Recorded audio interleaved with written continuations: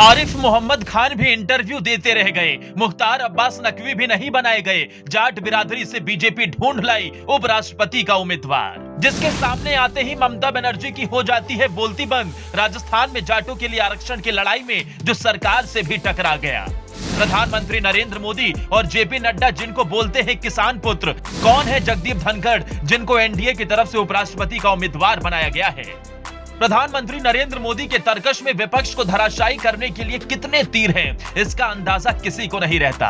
जब देश राष्ट्रपति के नाम पर तरह तरह के कयास लगा रहा था, तब नरेंद्र मोदी ने द्रौपदी मुर्मू को राष्ट्रपति का उम्मीदवार बनाकर पूरा खेल ही पलट दिया।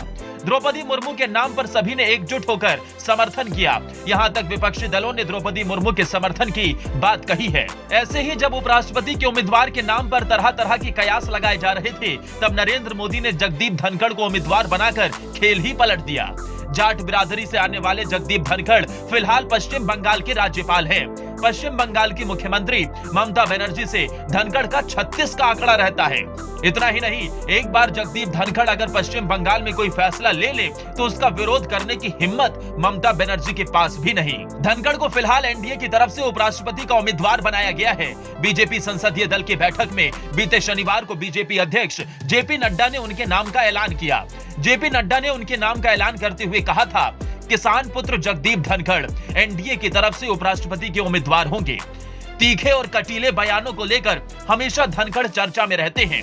एनडीए ने धनखड़ को उपराष्ट्रपति का उम्मीदवार बनाकर विपक्ष की मुश्किलें बढ़ा दी हैं। उपराष्ट्रपति का उम्मीदवार बनाए जाने के पीछे की पूरी कहानी को आपको समझना होगा। धनखड़ राजस्थान की जाट बिरादरी से आते हैं। ऐसे में धनखड़ को उपराष्ट्रपति का उम्मीदवार बनाकर बीजेपी चौधरी लोगों को साधने की कोशिश में है। 2024 में लोकसभा के चुनाव हैं। धनखड़ ने जाट बिरादरी के लिए बहुत संघर्ष किया है। उन्होंने राजस्थान में जाटों के लिए आरक्षण की लंबी लड़ाई लड़ी है। जाट समुदाय के दिल में धनखड़ के लिए अलग ही जगह है। फिलहाल जगदीप धनखड़ पश्चिम बंगाल के राज्यपाल हैं। ममता बनर्जी से उनका हमेशा 36 का आंकड़ा रहता है।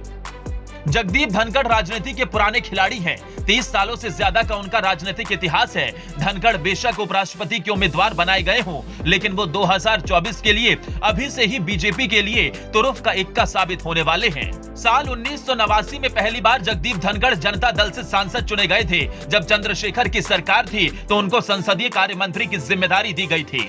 इसके बाद वो विधायक भी रहे। 30 सालों से ज्यादा धनखड़ का राजनीतिक करियर भी रहा है। लोकसभा की जिम्मेदारी की बात हो या विधानसभा की, धनखड़ ने सभी जिम्मेदारियों को बड़ी शिद्दत से निभाया। खास बात यह है, लोकसभा के स्पीकर ओम बिरला भी राजस्थान से ही आते हैं।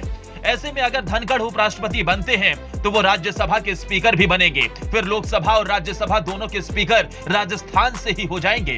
धनखड़ के लिए खुशी जाहिर करते हुए देश के प्रधानमंत्री नरेंद्र मोदी ने एक ट्वीट किया और लिखा, किसान पुत्र जगदीप धनखड़ अपनी विनम्रता के लिए जाने जाते हैं। वो संविधान के जानकार हैं। उन्हें विधायिका के कार्यों का पूरा ज्ञान है। वो राज्यपाल हैं। उन्होंने हमेशा किसानों, युवाओं, महिलाओं और वंचितों की भलाई के लिए काम किया है। खुशी है कि वो हमारे उपराष्ट्रपति पद के उम्मीदवार हैं। मुझे विश्वास है कि वो राज्यसभा के सभापति के तौर पर देश को आगे बढ़ाने के उद्देश्य से सदन की कार्यवाही का मार्गदर्शन करेंगे। जगदीप धनखड़ की कुछ और बातें जिनको जानना आपके लिए जरूरी है। 18 मई 1951 को राजस्थान के झुंझुनू जिले के कैथाना गांव में जगदीप धनखड़ का जन्म हुआ था। जगदीप धनखड़ और उनके 2 भाइयों और बहन ने गांव के सरकारी स्कूल में प्रारंभिक शिक्षा पाई थी। बाद में जगदीप धनखड़ ने सैनिक स्कूल की प्रवेश परीक्षा पास की। स्कूली शिक्षा के बाद जगदीप धनखड़ ने राजस्थान के प्रतिष्ठित महाराज कॉलेज जयपुर में ग्रेजुएशन की पढ़ाई के लिए एडमिशन लिया। यहाँ से उन्होंने फिजिक्स में बीएससी की डिग्री ली। साल 1978 में उन्होंने जयपुर विश्वविद्यालय में एलएलबी कोर्स में एडमिशन लिया। कानून की डिग्री लेने के बाद जगदीप धनखड़ ने वकालत शुरू कर दी और साल 1990 में जगदीप धनखड़ को राजस्थान हाईकोर्ट में सीनियर एडवोकेट का ओहदा दिया गया। जगदीप धनखड़ ने सुप्रीम कोर्ट से लेकर देश के कई हाई कोर्टों में वकालत की प्रैक्टिस की। साल 1988 तक देश में प्रतिष्ठित वकीलों में शुमार हो गए। खैर, धनखड़ का राजस्थान, हरियाणा और उत्तर प्रदेश की जाट बिरादरी पर अच्छा खासा दबदबा है। इसलिए 2024 के लोकसभा चुनाव में धनखड़ की जीत भारतीय जनता पार्टी के लिए सोने पर सुहागे से कम नहीं होगी। दोस्तों, जगदीप धनखड़ को लेकर आपकी क्या राय है, कमेंट में जरूर बताएं और इसे ज्यादा से ज्यादा शेयर करें।